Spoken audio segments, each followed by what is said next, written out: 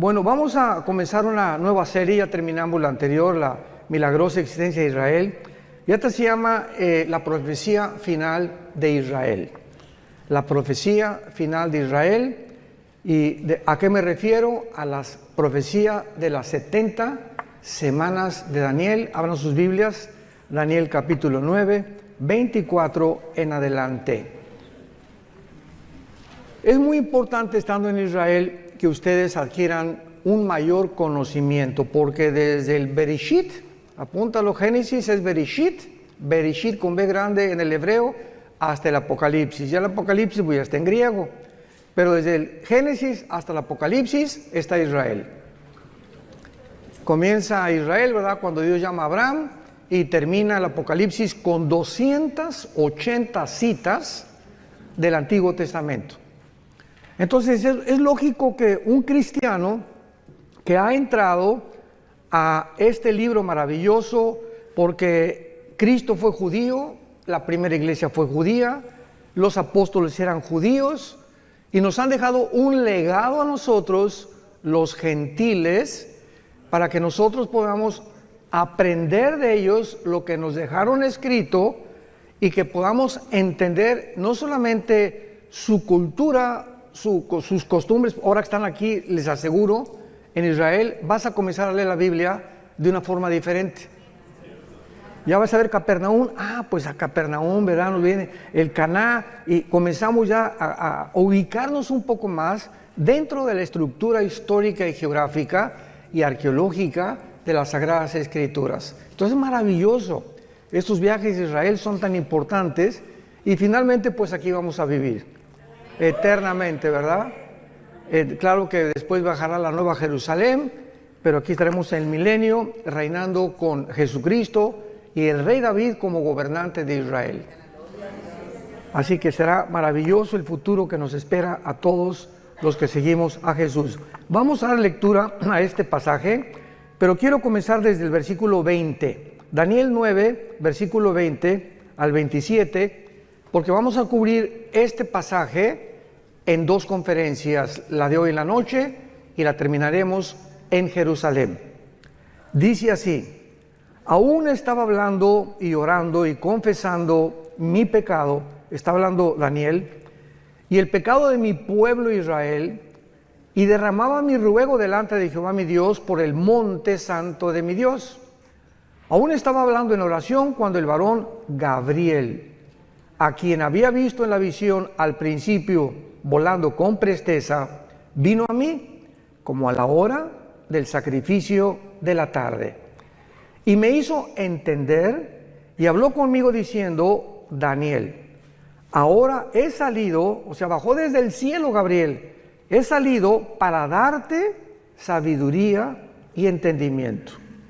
Al principio de tus ruegos fue dada la orden, y yo he venido para enseñártela, porque tú eres muy amado. Entiende pues la orden y entiende la visión. Me detengo aquí rápidamente. Daniel se encontraba en este tiempo en Babilonia, y Daniel fue movido después a Medo-Persia, estuvo casi 70 años, 67, 70 años en el exilio. El rey Nabucodonosor rodeó, sitió Jerusalén y se llevó más de 50,000 judíos a Babilonia, lo que es actualmente Irak. Entonces, si ustedes ven Babilonia en la Biblia, es Irak. Pertenece a la zona geográfica entre Siria, Irak o la Mesopotamia. Entonces, Daniel iba entre esos judíos que fueron llevados a Babilonia, él y 3 de sus amigos. Tendría como 16 o 17 años de edad.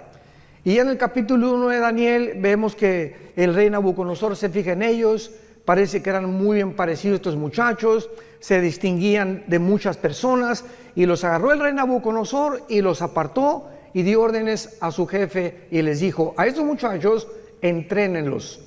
Quiero que los entrenen en la lengua, en las costumbres y en la comida de los babilonios.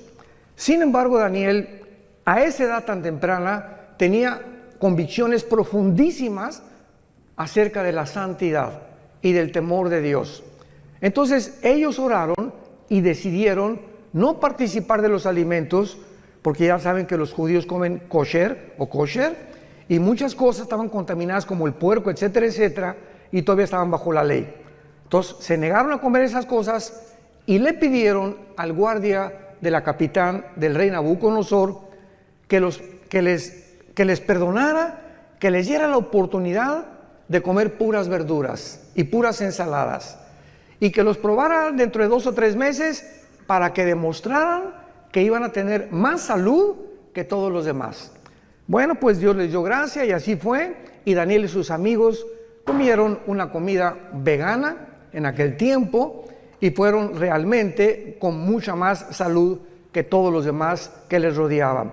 Y así Daniel creció bajo el rey Nabucodonosor, bajo el rey Darío de los medos persas, porque después de los babilonios vinieron los persas, los griegos y los romanos, históricamente hablando. Y Daniel, en el capítulo 9, tiene 90 años de edad. Abordamos ya el final de su vida y Daniel se da cuenta, vayamos rápidamente al libro de Jeremías, capítulo 25, comienza a estudiar Daniel Jeremías y descubre algo que comienza a conmover las más profundas fibras de su alma.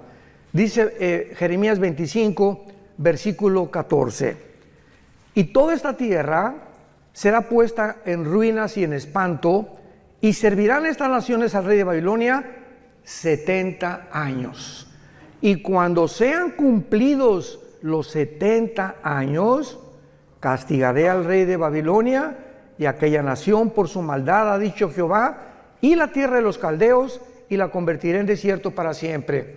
Daniel descubre que la cautividad babilónica está a punto ya de cumplirse. Y dice, bueno, 70 años ya, estamos casi en el año 69. Y entonces Daniel, conmovido, comienza a preguntarle a Dios en todo el capítulo 9 orando, que cuál sería el destino final entonces de Israel. Bueno, vamos, ya se cumplen los 70 años, ¿nos vas a regresar a nuestra tierra? ¿Nos has abandonado por completo? ¿Cuál es el futuro de la nación Santa Jerusalén y de tu pueblo judío?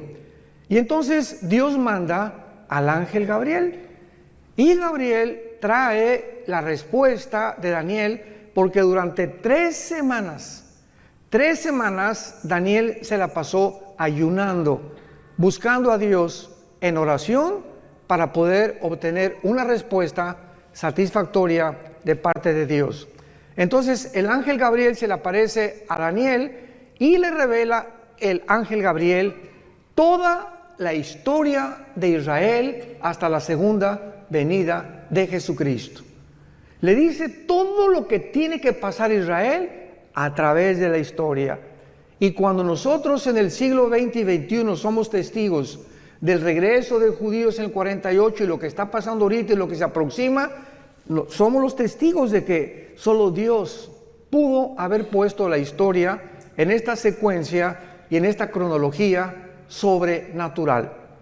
Entonces comienza lo que se llama la profecía 70 de Daniel, versículo 24. Regresamos a Daniel capítulo 9 y comienza la revelación del ángel y le dice lo siguiente: 70 semanas están determinadas sobre tu pueblo y sobre tu santa ciudad, y estas 70 semanas es Shivin Shabua en el hebreo, que significa 70 sietes. Los judíos tenían semanas de días y tenían semanas de años. Entonces se encuentra en el libro de Levítico. Entonces no eran 70 semanas, 7 por 7, 49 semanas. Eran 70 semanas de años. O sea, 7 por 7, 490 años. Esto es importantísimo que vayan tomando nota para que tengan un bosquejo clarísimo, que es la profecía más grande de toda la Biblia acerca del futuro de la nación de Israel y de la parte que nosotros vamos a formar como iglesia dentro de esta profecía, porque cuando esta profecía se cumpla, la iglesia desaparece del mundo. O antes de que se cumpla la profecía, perdón. Entonces, 490 años están determinadas. no sobre la iglesia, sobre tu pueblo y sobre Jerusalén. De aquí en adelante, Daniel, cuando oigas la orden, lo vamos a ver más adelante, de restaurar las murallas de Jerusalén hasta el Mesías, increíble que matemáticamente la Biblia haya profetizado el día exacto de la primera venida de Jesucristo. Desde que se ordene la restauración de las murallas de Jerusalén hasta el Mesías habrá 483 años. Entonces, ¿cuántos años faltan? 7 para los 490, que son los 7 años de la tribulación, como lo vamos a ver. Por eso cuando estudiamos la Biblia y ¿cuándo vendrá Cristo? Antes de la tribulación, o pasará la iglesia la tribulación, es ignorar la profecía 70 de Daniel.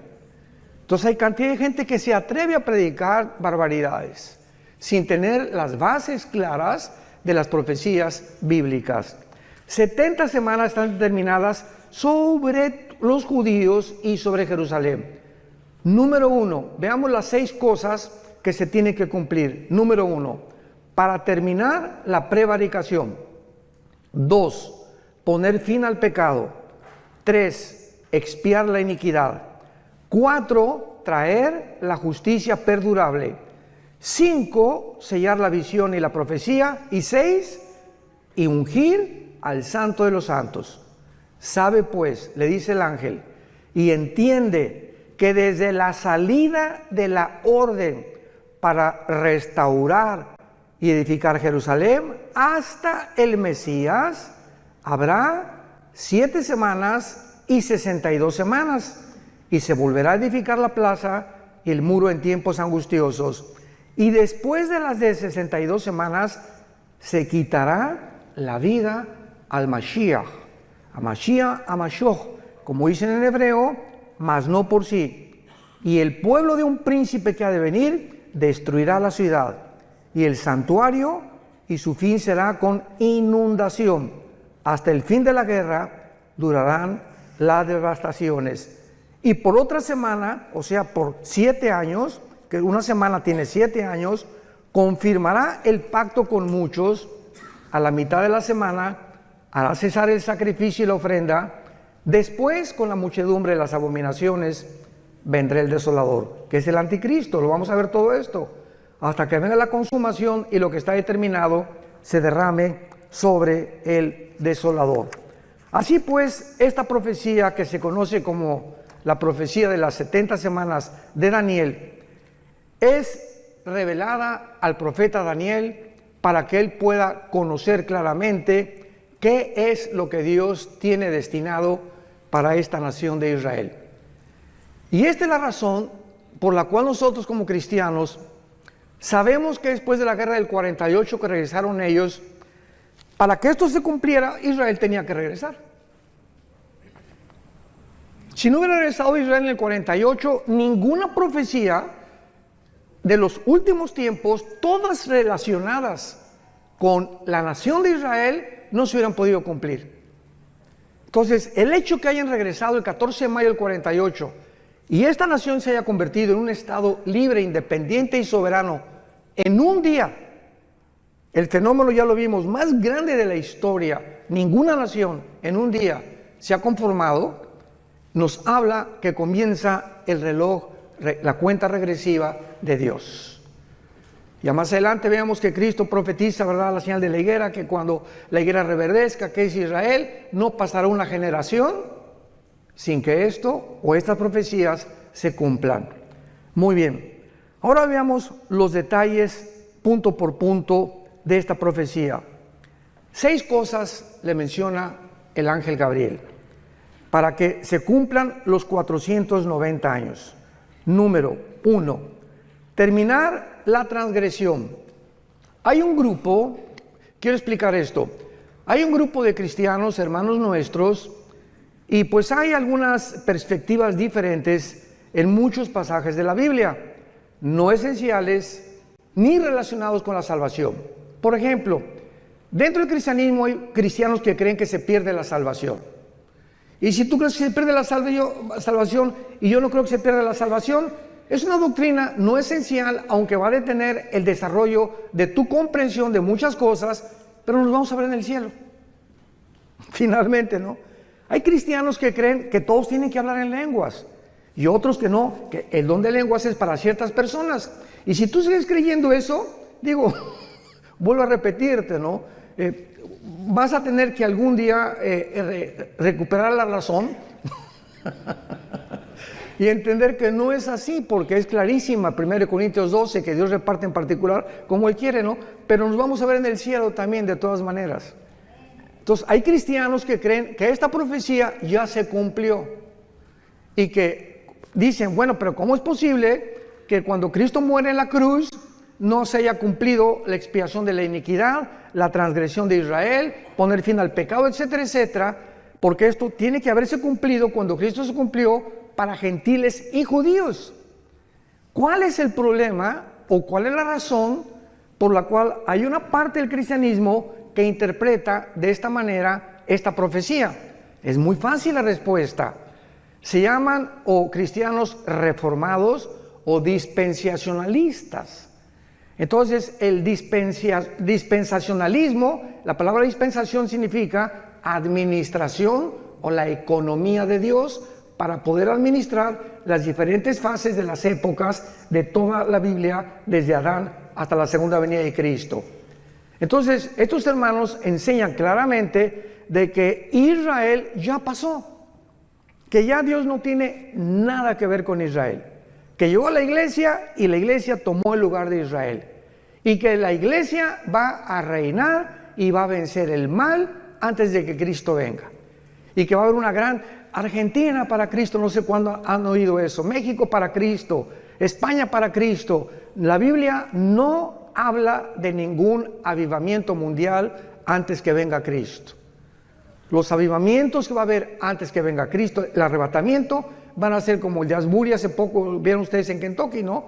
Que una iglesia comenzaron los muchachos sin ninguna expectativa de nada, comenzaron a cantar la guitarra y comenzó un espíritu, cayeron al suelo los muchachos, llore y llore, no hubo manifestaciones de nada, ni locuras de nada, y las muchachas, y comenzaron a arrepentirse y a pedirle perdón a Dios por los pecados, y duró como casi un mes, y la gente del mundo estaba absorta, asombrada de que miles de muchachos estaban pidiéndole a Dios y consagrándose a Cristo sin ningún mensaje de exhortación de ningún pastor. Fue una obra completamente del Espíritu Santo. Ese es un avivamiento.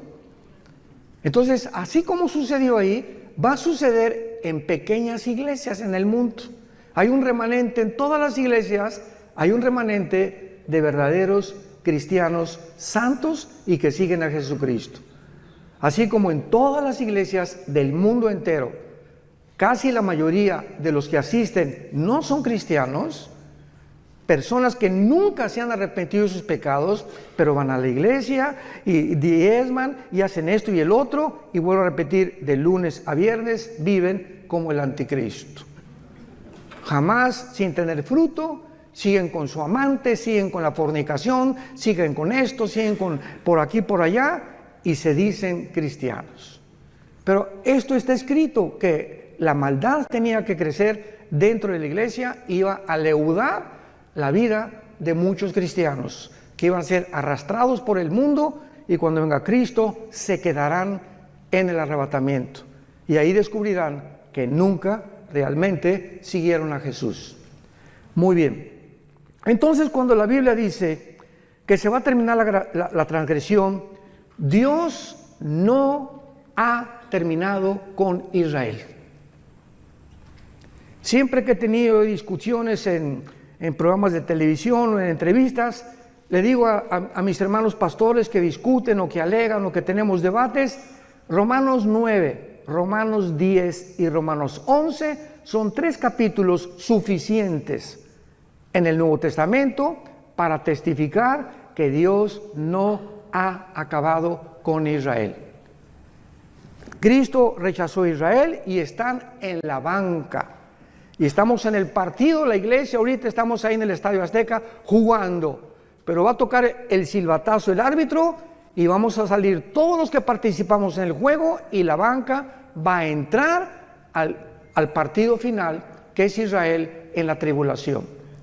Entonces Dios no ha terminado con Israel. No es cierto que la iglesia haya ocupado el lugar de Israel, porque Israel fue una nación o una entidad completamente diferente.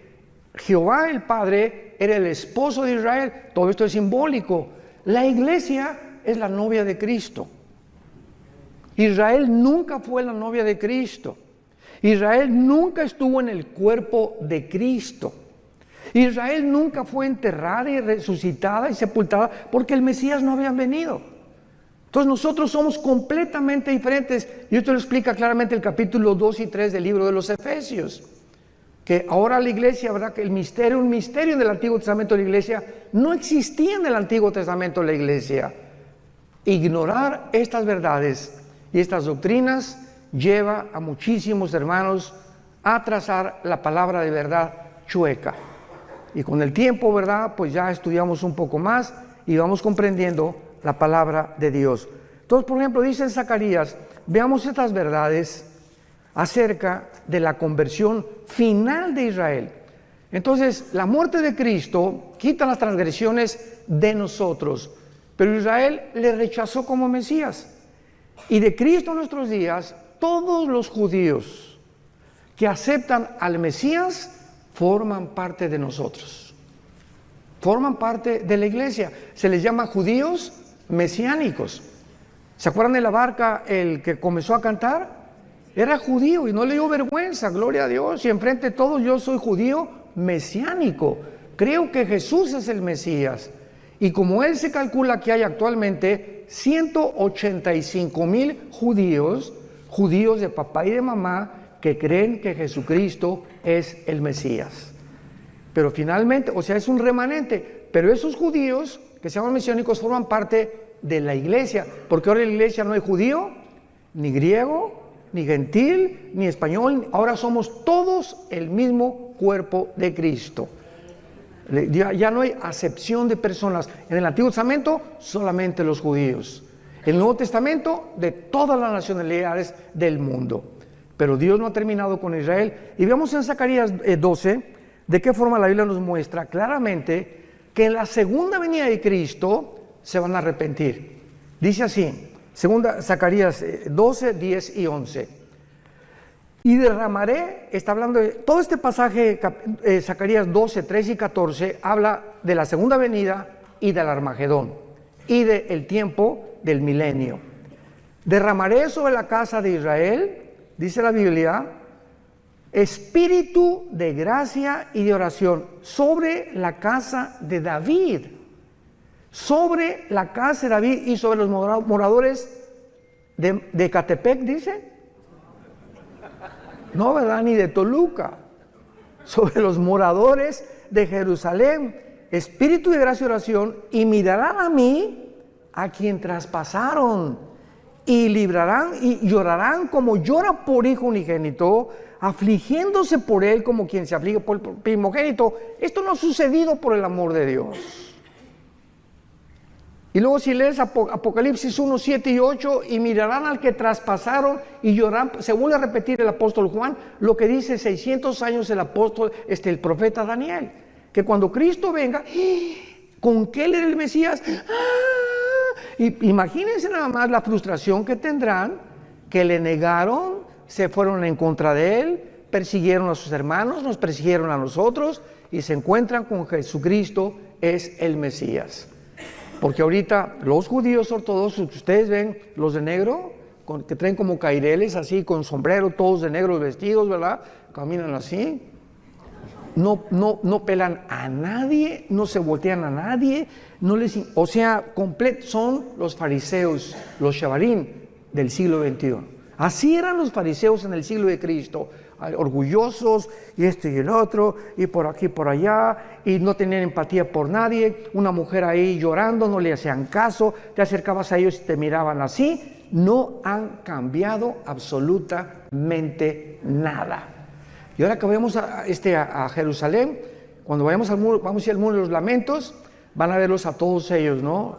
Una religiosidad, pero tremenda. Dicen los jóvenes, cañón. Entonces, ahorita Israel tiene dos espíritus. El espíritu de una religiosidad asfixiante y un libertinaje sexual como jamás había existido. Tel Aviv, capital de los gays del mundo entero. Estaba en Madrid el año pasado, ya se cambió a Tel Aviv. Y bíblicamente va a ser la última capital de ellos, porque Apocalipsis 11 habla y dice, Jerusalén será como Sodoma y Gomorra. Fíjense, nada más hace 2000 años se profetizó en Apocalipsis que llegaría el tiempo en que se convertiría como Sodoma y como Egipto. Y ya lo estamos viendo con nuestros propios ojos. Muy bien.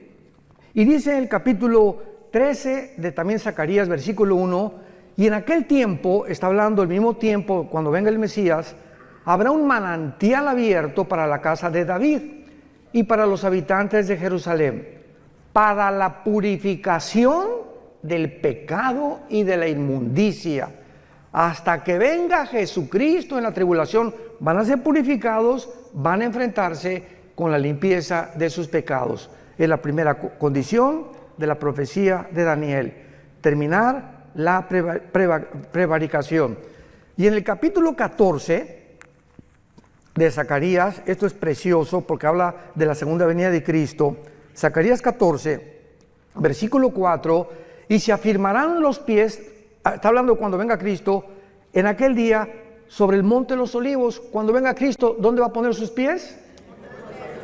Donde fue crucificado. Ahí se va a volver a parar Jesús, que está enfrente de Jerusalén al oriente, y el monte de los olivos se partirá, escuchen esto, cuando venga Jesús y se pare ahí, se va a partir por el medio, hacia el oriente y hacia el occidente, haciendo un valle muy grande, y la mitad del monte se apartará al norte y la otra mitad hacia el sur. Cuando venga Cristo, vean esto, se hace una rajada en la tierra en forma de cruz. Se vuelve a hacer la cruz, pero ahora no entre el cielo y la tierra, ahora en la tierra, así, del norte a sur, de oriente a occidente. Y dice el versículo 9, y Jehová será rey sobre toda la tierra en aquel día, Jehová será uno y uno su nombre. ¿Cómo se puede entonces entender de que esto ya pasó? O de que esta profecía se va a cumplir ya cuando Jesús vino, por no entender la diferencia entre Israel y la iglesia. Nos remontamos al mismo común factor denominador. Vayamos al segundo punto, Daniel 9, segunda condición. En segundo lugar, poner fin al pecado. Poner fin al pecado. Vayamos a Jeremías 31, otra profecía para el futuro, para Israel, cuando se les impartirá vida espiritual nueva a los judíos. En el 48, santos de Dios, en el 48, 1948, del siglo pasado, Israel resucitó nacionalmente, no han resucitado espiritualmente. Entonces regresaron a su tierra en incredulidad y siguen en incredulidad. ¿Cuándo todo Israel se convertirá al Mesías? Cuando Jesucristo regrese por segunda vez. Entonces por eso dice la Biblia, pondrán fin al pecado. Jeremías 31, versículo 31 al 33. Vean qué belleza de profecía encontramos aquí. He aquí que vienen días, dice Jehová, en los cuales haré nuevo pacto con la casa de Israel y con la casa de Judá. No como el pacto que hice con sus padres el día que tomé su mano para sacarlos de la tierra de Egipto, porque ellos invalidaron mi pacto, aunque fui yo un marido, ahí está, fui un marido para ellos, dice Jehová. Pero este es el pacto que haré con la casa de Israel. Después de aquellos días daré mi ley en su mente, la escribiré en su corazón, yo seré para ellos Dios, y ellos me serán a mí por pueblo. Este pacto, que es el pacto de sangre, Hebreos capítulo 8, nosotros somos los beneficiarios. Porque nosotros que somos la iglesia, en el momento que recibimos al Espíritu Santo, comenzamos en nuestra mente a conocer las leyes de Dios, y dichosos los que las guardan en su corazón. Bendito sea el varón que día y noche medita en este libro de la ley, que guarda en su corazón las palabras de Dios y las enseña a su esposa, las enseña a sus hijos, porque esa será la casa que yo bendeciré, dice Jehová de los ejércitos. Entonces, esto es para el futuro. Y dice aquí claramente, ¿verdad? El versículo 38 de Jeremías 31. Vienen días, dice Jehová, en que la ciudad será edificada a Jehová desde la tierra de Janael hasta la puerta del ángulo. Y saldrá más allá del cordel la medida, el collado de Gareb, y rodeará toda lo que es Goa. Y todas estas regiones actualmente no han sido ni restauradas ni reedificadas, como lo será en la segunda venida de Jesucristo. Número 3, Daniel 9, 24 al 27, para expiar la iniquidad, apuntando hacia la muerte de Cristo, que Él hizo en la cruz. ¿Qué cosa? ¿Qué fue la muerte de Cristo? Expiatoria. ¿Qué significa expiatoria? Sacrificial. Cristo muere en la cruz y Él se sacrifica. Tú y yo teníamos que morir. Tú y yo hemos pecado. ¿Qué vas a hacer con tus pecados? Bueno, hermano, pues soy religioso y bueno, entonces Dios hubiera dicho, miren mis chamaquitos, todas las iglesias y todas las religiones van a llevar a Dios. Y cada quien con su religión y no hay ningún problema, nos vemos en el cielo. ¿Por qué no hizo Dios eso? ¿Por qué tenía su unigénito hijo que morir en una cruz? Si todas las religiones salvan y hay otro camino fuera de Cristo al cielo, la muerte de Cristo fue un desperdicio. ¿Para qué Cristo tuvo que morir? Hubiera dicho, Señor, pues hagan todos mejor, hagan buenas obras, pórtense bien, y den sus diezmos, sus ofrendas, y respeta a tu esposo, y nos vemos en el cielo. Y cuando estaba en Getsemaní, Jesucristo comenzó la pasión, cayó de rodillas, y comenzó lo que se llama la hematodrosis, científicamente, que es cuando las capilaridades de la sangre se rompen por una presión externa que experimentó Cristo. Ahora vamos a ir a Getsemaní, y es curioso que la palabra Getsemaní significa el aceite prensado. ¿Qué es lo que significa Getsemaní en el hebreo? Aceite prensado. Y ahí comienza Cristo a ser prensado, apretado, y sale la sangre. Y Jesús grita, Padre, si es posible, ¿habrá otra forma en la que puedas perdonar a la raza humana? ¿Por qué no les dice nada más que se portan bien, Señor? Que cada quien tenga su religión y todo. 3 veces Cristo dijo, Señor, si es posible, pasa de mí esta copa. ¿Cuál era el temor de Jesús? ¿Los clavos? ¿El látigo de 7 colas de los romanos que se enrollaba en el cuerpo de la víctima, le daba como 4 o 5 vueltas y tenían puntas de hueso y de hierro, las puntas de los látigos romanos, y cuando el soldado jalaba el látigo, desgajaba todos los tejidos subcutáneos de la espalda y del pecho. Entonces, después de los 39, porque la ley judía decía que no podían ser más de 40 latigazos, entonces le dieron 39. Cuando Cristo terminan de flagelarlo, Cristo no tenía piel ni aquí, no tenía piel en la espalda. Y sobre eso le ponen un manto que se le pega como una hora de aquí a la cruz, y cuando llega a la cruz le arrancan el manto para toda la piel que le quedaba, y así con esa espalda despellejada y sin ninguna protección, lo acuestan en un madero. A eso le tendría miedo Jesús cuando dijo, si es posible, pasa de mí esta copa, o los clavos. ¿Cuál era la razón por la cual Cristo sudó sangre y le dijo a su Padre, Padre, no hay otra manera en tu inmensa sabiduría, en la que la raza humana pueda ser rescatada y liberada del pecado, Cristo sufrió y experimentó en la cruz lo más terrible que pudo haber sucedido físicamente. En la cruz el Padre abandonó al Hijo. Elí, Elí, lama sabactani, gritó en arameo: Dios mío, ¿por qué me has desamparado? Algo sucedió misterioso en la cruz, que el Padre deja al Hijo solo. Nunca en toda la eternidad había sucedido esto, que el Padre se separara de su Hijo. Y el Hijo, en ese momento, cuando nuestros pecados, tus pecados y mis pecados, fueron puestos en el cuerpo de Cristo, el Padre no podía estar en Él, no podía siquiera estar junto a Él. Y ahí lo dejó que llevara los pecados y que muriera en la cruz completamente abandonado. Sin embargo, ¿saben por qué lo hizo? Al Hijo no lo perdonó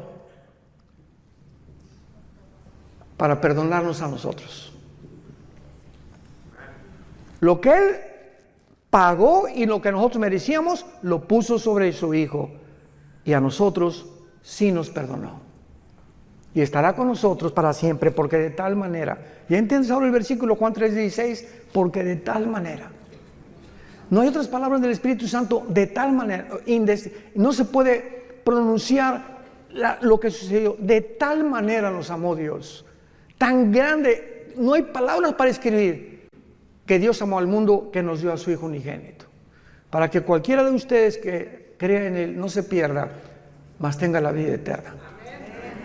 Y Dios muestra su amor para con nosotros en que, siendo pecadores, o sea, ahí está el chanclas y el pitirijas, cuijas, borracho, un homosexual, una lesbiana, borracho, parrandero y jugador. Y vean ustedes, esta es la cruz. Y aquí está el pitirijas y el chanclas, ¿verdad? ¿Y cuál es el pensamiento de nosotros? Es que la adúltera, aquí está la mujer adúltera, el hombre adúltero, el hombre misógino, llámale como quieras al ser humano. Y el ser humano piensa que antes de acercarse a Dios, tenemos que dejar de ser borrachos, tengo que dejar de ser adúltero, tengo que dejar de ser alcohol. Tenemos que dejar de pecar y entonces venimos a Dios y nos acepta. Y la Biblia dice: ven cómo estás. ¿Eres homosexual? ¿Eres borracho? ¿Eres un adúltero? ¿Tienes 3 amantes? ¿Has hecho 8 abortos? El pitirijas, ¿cuántas muertes? Señor, he matado a 30 personas. Así como estás, con toda la mugre y los pecados que tengas, ven a la cruz y cree lo que hice yo por ti. Y cuando yo entre a tu vida, te limpio de todo y todo tu pasado es borrado completamente. Y te daré el poder ahí mismo en la cruz para que comiences una vida nueva.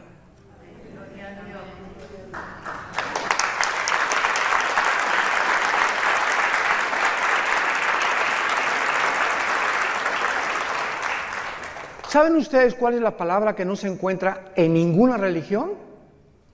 Gracia. Esto se llama gracia. Una palabra desconocida, que es la gracia, algo que no merecemos. Hace muchos años, en el 85-86, cuando el general Arturo Durazo era jefe de la Policía Metropolitana, mi hijo Alan, venía un helicóptero por nosotros porque me iban al hangar presidencial.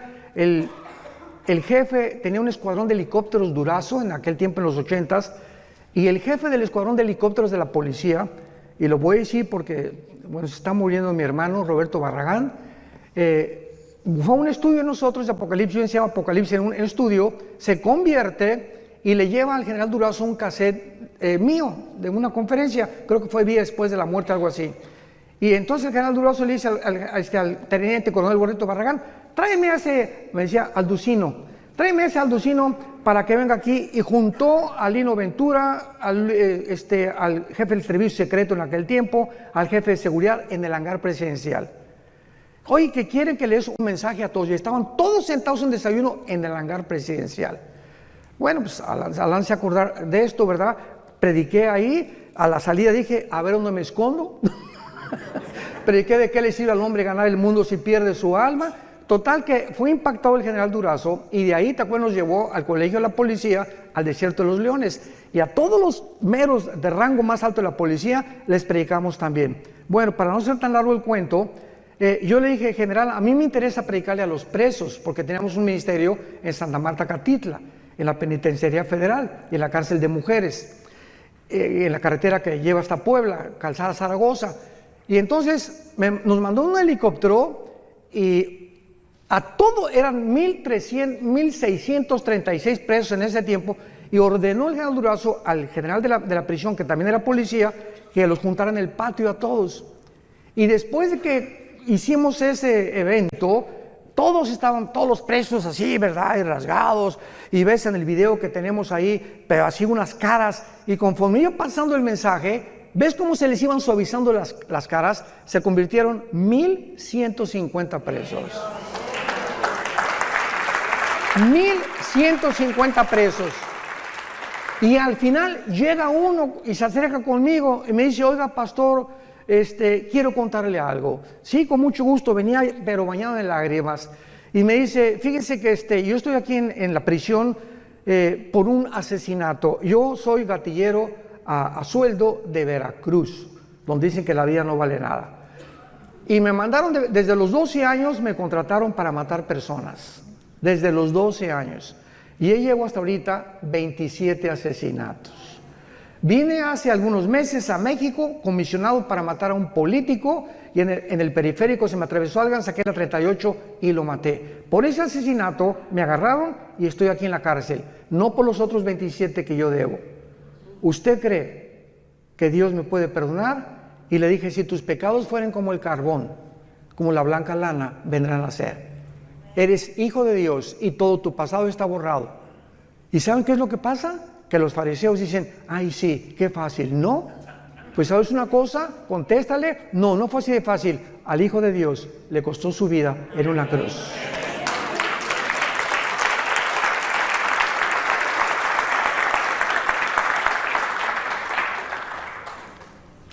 Cuando comprendemos ese amor tan grande, ¿cómo podemos atrevernos a seguir pecando?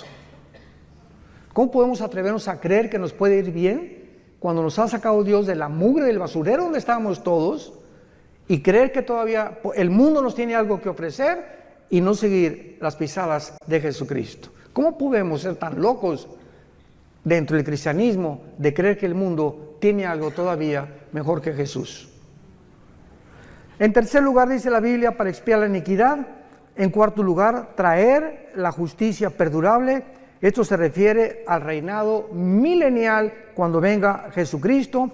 Veamos qué hermoso pasaje en Isaías capítulo 11, cómo se describe la vida del milenio profetizada 700 años antes que el Mesías viniera a la cruz. Isaías 11, saldrá una vara del tronco de Isaí. ¿Quién era Isaí? El papá de Jesse, el papá de David. Saldrá, y siempre la Biblia habla como una rama o como vástago nos habla que crecemos como un árbol y damos fruto. Y un vástago retoñará de sus raíces y reposará sobre él. Está hablando de Jesús, el Espíritu de Jehová. 1, 2, Espíritu de sabiduría, inteligencia, consejo, poder, conocimiento y temor de Jehová. Son las 7 manifestaciones del Espíritu Santo. Y la única persona que ha tenido estas 7 manifestaciones ha sido Jesucristo. Por allá tú tienes una, el otro tiene 2, el otro tiene 3, etcétera, etcétera. Pero sobre él estaba toda la deidad de Dios. Jesucristo era 100% hombre y 100% divino. Así que en él reposaba todo completamente, no le hacía falta nada. ¿Cómo le iba a hacer falta algo si él mismo era Dios? Y luego dice en el versículo 6, morará el lobo con el cordero, el leopardo con el cabrito se acostará, el becerro y el león y la bestia doméstica andarán juntos, y un niño los pastoreará. La vaca y la osa pasarán, sus crías se echarán juntas, y el león, como el buey, comerá paja, y el niño de pecho jugará sobre la cueva del áspid, y el recién destetado extenderá su mano sobre la caverna de la víbora. No harán mal ni dañarán en todo mi santo monte, porque la tierra será llena del conocimiento de Jehová, como las aguas cubren el mar. ¿Cuándo será esto? Cuando regrese Jesucristo y reinemos con Él 1000 años en este mundo.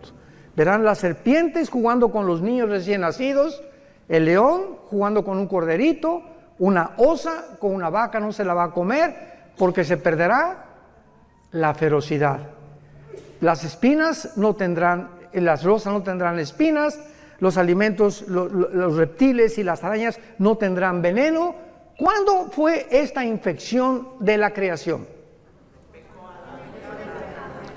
Pongan atención.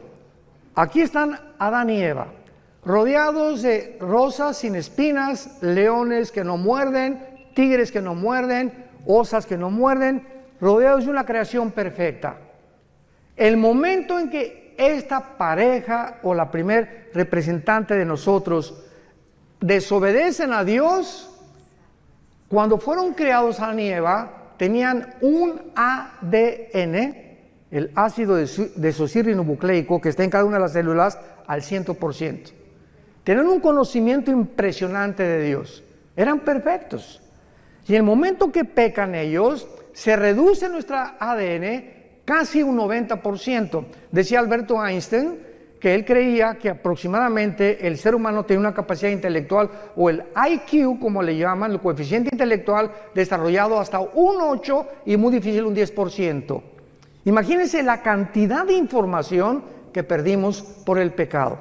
Pero lo interesante es lo siguiente: el momento que pecan, en ese momento la genética y la ecología de lo que los rodeaba, de la creación, se infecta también. El hombre tiene la capacidad, con su maldad, de infectar su medio ambiente. Y en ese momento la genética de las plantas cambian, la genética de los animales cambian, pues se vuelven feroces, comienzan veneno, etcétera, etcétera. Todo a nuestro alrededor comienza a echarse a perder por causa del pecado humano. Y esta es la razón por la que nos encontramos en el siglo XXI, en un mundo que el planeta Tierra, COVID, ya tiene COVID, pero 5 veces le ha dado COVID al planeta Tierra. El planeta Tierra es así, no hay aire, no hay alimentos, los mares contaminados, los ríos contaminados, la comida contaminada, ahora comida transgénica, inventando Red Bull, Coca-Cola, Monster, etcétera, etcétera. Cochinada y media hemos acabado con toda la creación. Y los gobiernos, el clima, le están dando más importancia al clima sin darse cuenta que es la maldad de nosotros. La maldad del ser humano, que ha llegado a un extremo donde se autoriza la pedofilia, donde la naturaleza se vuelve en contra de nosotros. Más terremotos, huracanes más violentos, más sacudidas, más tsunamis, porque, ay, que Dios, qué tan malo, sin darnos cuenta que somos nosotros los causantes de todos estos desastres naturales que Dios permite que vengan, para que podamos arrepentirnos de nuestros pecados y darnos cuenta que mientras el mundo se pudre más y más, el mundo va a la par con el ser humano. Vean Isaías capítulo 24. Esto fue profetizado tal como lo estoy narrando en el capítulo 24 de Isaías hace 2000, señoras y señores, hace 2700 años. El profeta Isaías vislumbra, ve, tiene una visión del mundo del siglo XXI. Escuchen, Isaías 24, del 3 al 6. La tierra, ¿hace cuánto fue escrito esto? 2700 años. La tierra será enteramente vaciada, completamente saqueada, porque Jehová ha pronunciado esta palabra. Se destruyó, cayó la tierra, enfermó, cayó el mundo, enfermaron los altos pueblos de la tierra, y la tierra se contaminó bajo sus moradores. ¿Por qué? Porque traspasaron las leyes, falsearon el derecho y quebrantaron el pacto sempiterno. Por esta causa, la maldición consumió la tierra. Sus moradores fueron asolados. Por esta causa fueron consumidos los habitantes de la tierra y disminuyeron los hombres. Versículo 19. Será quebrantado la tierra, desmenuzada enteramente. De gran manera la tierra será conmovida. Temblará la tierra como un ebrio. Será removida como una choza y se agravará sobre ella su pecado y caerá. Y nunca más se levantará. Acontecerá en aquel día que Jehová castigará al ejército de los cielos en lo alto y a los reyes de la tierra sobre la tierra.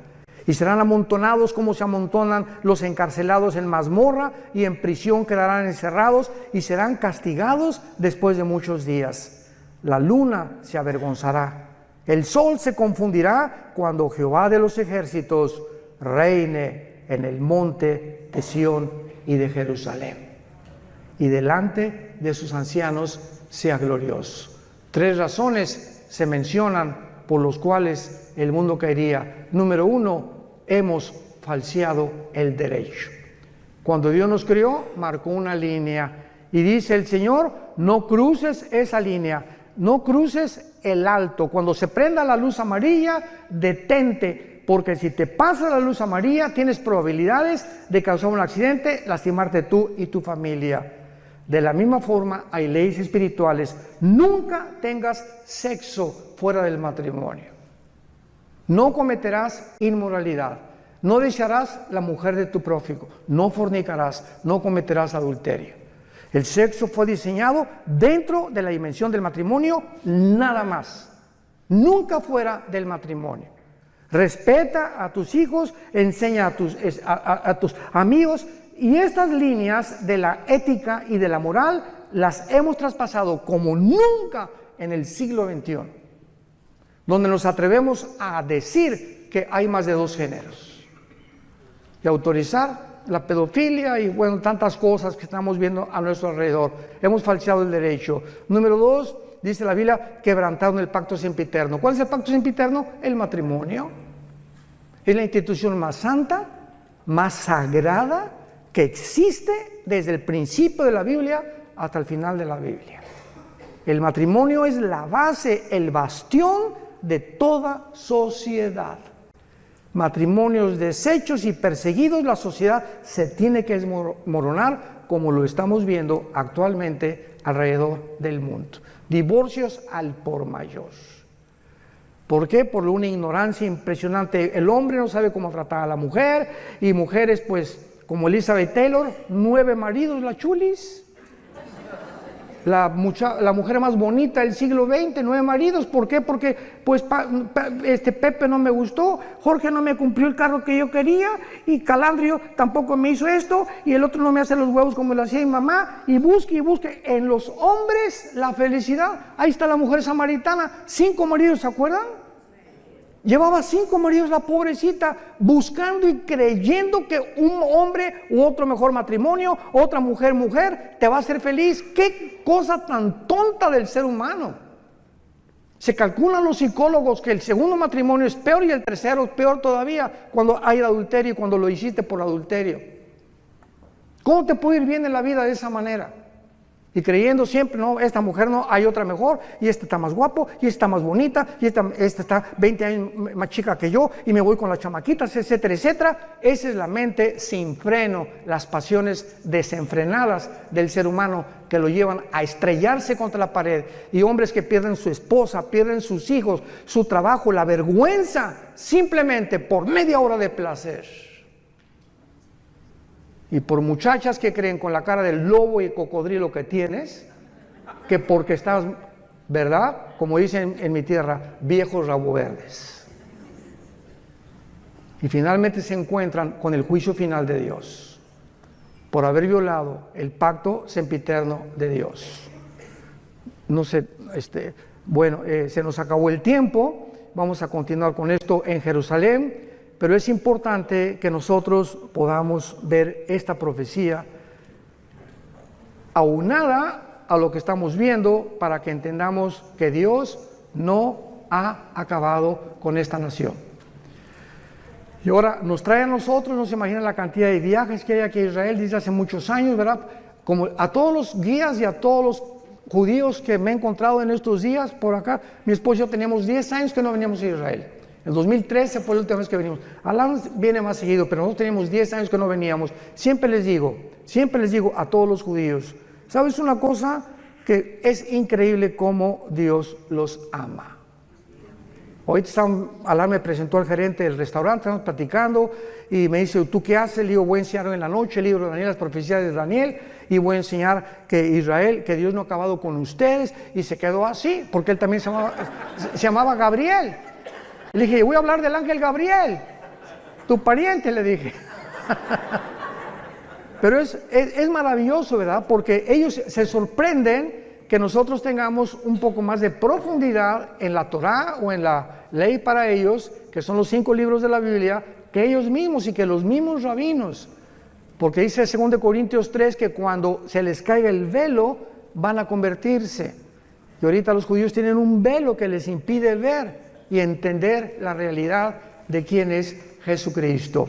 Padre, te damos gracias en esta noche preciosa, donde nuestros cuerpos, que son el templo del Espíritu Santo, ya no nos pertenecemos a nosotros, ya no podemos hacer lo que querramos con nuestro cuerpo, porque nos has comprado con precio, con tu sangre preciosa, no con oro y plata, sino con tu sangre preciosa que derramaste en esa cruz. Abre nuestro entendimiento, Espíritu Santo, para que podamos comprender la anchura, la altura y la profundidad del amor de Jesús, que sobrepasa todo entendimiento. Gracias, Señor Jesús, el unigénito de Dios. En Él fueron hechos los cielos y la tierra, y todas las cosas fueron hechas, y sin Él nada ha sido hecho. En Él estaba la vida, y la vida era la luz de los hombres. Gracias, Jesús, porque tus apóstoles te palparon, vivieron contigo 3 años y medio, escucharon del verbo de vida, que tú eras la vida encarnada, que te hiciste hombre para poder vivir entre nosotros y voltear completamente la manera como vivimos a la manera que a tu Padre le agrada. Aprendan de mí, dijo Jesús, que soy manso y humilde de corazón, y hallaréis gracia y descanso para vuestras almas. Oramos en tu nombre precioso. Señor Jesús, te amamos con todo el corazón y mantendremos la pasión por la verdad hasta el último día de nuestra vida. Amén.